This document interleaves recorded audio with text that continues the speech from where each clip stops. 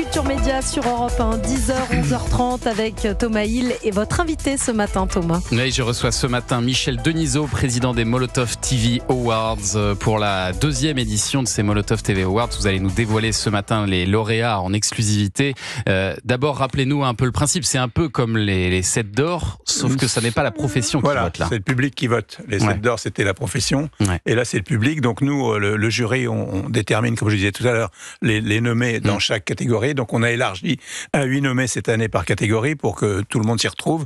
Et donc voilà, les résultats, ça a été pendant 15 jours. Le vote a été pendant 15 jours, 2 300 000 votes. Donc ça montre que la télé a quand même de l'avenir devant elle, finalement, Michel. 2 300 000 votes. Ça montre un intérêt, en tout cas, pour la télévision. C'est assez étonnant, effectivement. Et c'est spectaculaire. Et c'est une bonne nouvelle pour la télé. Ouais. Et c'est une bonne nouvelle aussi pour cette compétition. Donc il veut dire que les gens aiment se prononcer sur la télé. Ouais. Vous êtes là pour le montrer tous les jours.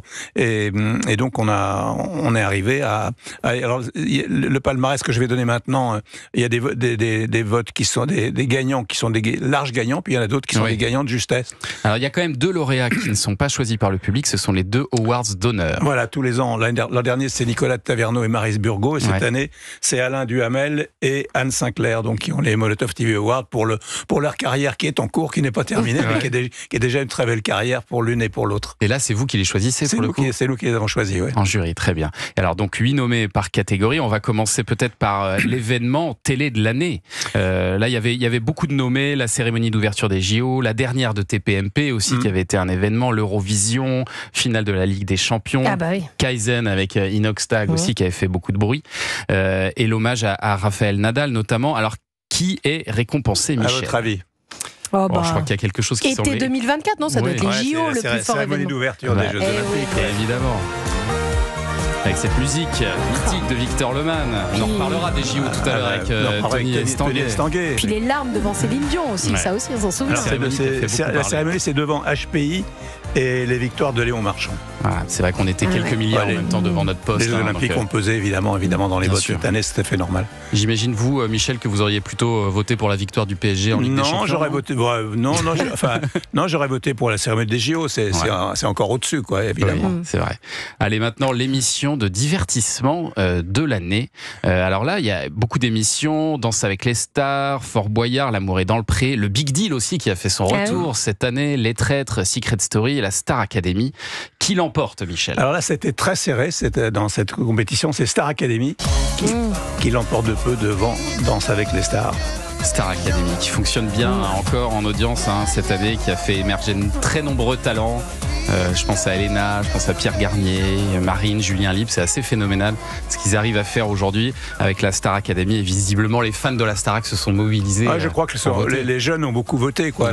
Sur les réseaux, ce sont plus les jeunes qui sont présents. Mais vous disiez, Michel Denisot, que la Starac arrivait juste devant Danse avec les stars. Ça veut dire que les gens, quand même, ont plébiscité des grands shows de la télévision, des grands spectacles. Tout à fait. Et derrière, c'est Fort Boyard. Et après, il y a Fort Boyard qui est troisième. Et L'amour est dans le pré ensuite. L'émission culturelle préférée des Français. Là aussi, il y avait du beau monde. Il y avait Taratata, La Grande Librairie, Beau Geste de votre ami Pierre Lescure, Secret d'Histoire aussi, qui est sur France 3. Qui l'emporte, Michel ? Là, c'est extrêmement serré jusqu'au dernier jour. C'était un coup Taratata, un coup Secret d'Histoire, et c'est Secret d'Histoire. Secret d'Histoire. Qui l'emporte ? De notre ami Stéphane Bern, qui doit être très heureux, qui est récompensé, même si c'est une émission qui est un peu moins exposée depuis qu'elle est passée de France 2 à France 3. J'ai regardé dernier numéro, 1,5 million de téléspectateurs. Mais je pense que vous avez connu ça, vous aussi, dans votre carrière, peut-être, Michel, des émissions comme ça que tout le monde aime, même si elles ne sont pas forcément regardées par tout le monde. Oui. Vous savez, même le Grand Journal, c'était ça finalement. Oui, dans les sondages, encore en montant plus dans le temps, quand on demandait quelle est votre émission préférée, c'était Apostrophe qui faisait un petit score, et alors que Sacrée Soirée faisait 10 fois plus. Donc c'est pas forcément d'audience. On aimait quelque chose que l'on ressent et qu'on a envie de couronner. Une adhésion. Une adhésion, et souvent aussi, on vote parce qu'on pense qu'en choisissant quelque chose d'un peu de niveau supérieur, on se rend soi-même supérieur. C'est joliment dit.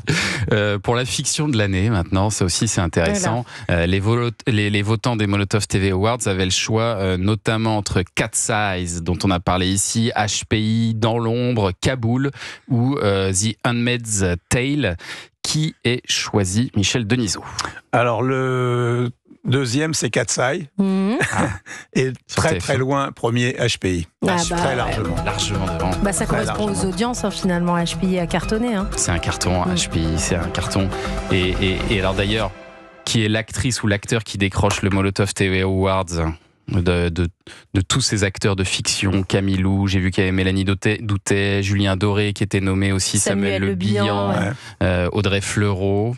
Ah oui, c'est un beau casting, et donc comme c'est HPI qui est premier, c'est Audrey Fleurot qui est première. C'est logique aussi. On lance la musique, bien sûr. C'est marrant parce qu'il y avait même Julien Doré qui était nommé pour la série Panda sur TF1. Bien sûr. Qui était très bon en plus dans Panda, Julien Doré. Mais c'est vrai qu'Audrey Fleurot, voilà, c'est devenu presque une icône de la télévision française aujourd'hui.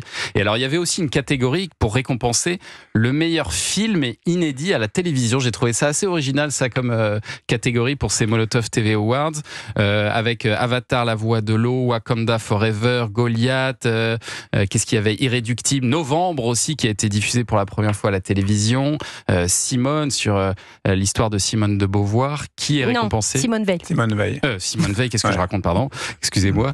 Qui est récompensé alors, Michel? Alors de très loin, c'est Avatar, La Voix de l'eau. Devant Simone Veil. C'est vraiment deux salles, deux ambiances. Ah oui. Avatar, La Voix de l'eau, vous l'avez vu? Non, j'ai pas vu. J'ai vu que le premier, moi, Avatar. Avec cette musique géniale, signée The Weeknd. Alors, là, on arrive à un gros morceau. La personnalité télé de l'année. Les 8 nommés étaient Faustine Bollard, Cyril Hanouna, Léa Salamé, Pascal Praud, Yann Barthès, Gilles Boulot, Isabelle Iturburu et Karine Lemarchand. Alors, pour qui vous avez voté, vous, Michel? Je n'ai pas voté. Le troisième est Yann Barthès. D'accord. La deuxième est Karine Lemarchand. Ouais. Et de très peu devant, mes premières, Faustine Bollard. Bravo Faustine, bravo.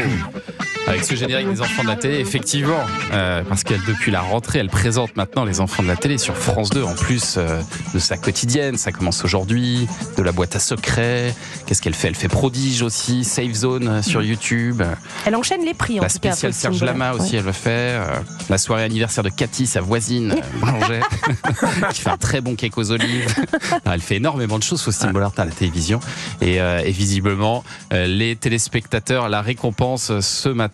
Et alors, il y avait aussi une catégorie pour finir, peut-être chroniqueur et espoir télé de l'année. Alors, et là, vous m'avez dit, c'est la même personne qui est récompensée, C'est la même personne, ouais.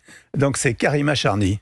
Karima Charny, qui présente aussi la Star Academy, effectivement la quotidienne de la Starac, et puis qui raccompagne les élèves. Alors on voit que vraiment, effectivement, les fans de la Starac se sont mobilisés pour ces Molotov TV Awards. Bravo à elle, Karima Charny, qui décroche, je crois, son premier Molotov TV Awards. Il va y avoir une 3e édition. Bien sûr. Et peut-être une émission de télé avec. Ouais. Vous avez déjà reçu des prix, vous, Michel?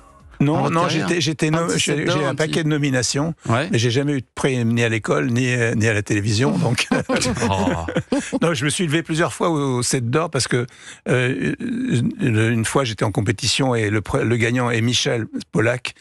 Ensuite, le gagnant est Michel Drucker. C'est vrai qu'il y a Michel.